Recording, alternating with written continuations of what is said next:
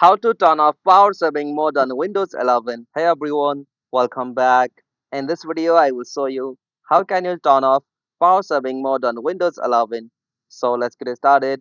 First, as you have to click on the battery, network or sound icon just at the bottom right corner of the taskbar.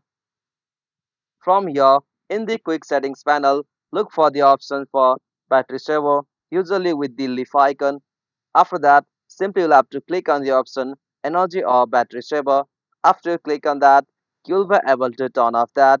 As you can also turn off from the settings, simply open settings. From settings, at the left hand side, click on system. From system, click on power and battery. Now from here, you'll have to scroll down and come on the section for energy saver. From here, on the section always use energy saver, click and disable that. After you click on that, you'll be able to disable energy or power saving on your Windows 11. If you found this video helpful, please make sure to like and subscribe for more videos like this. Thanks for watching.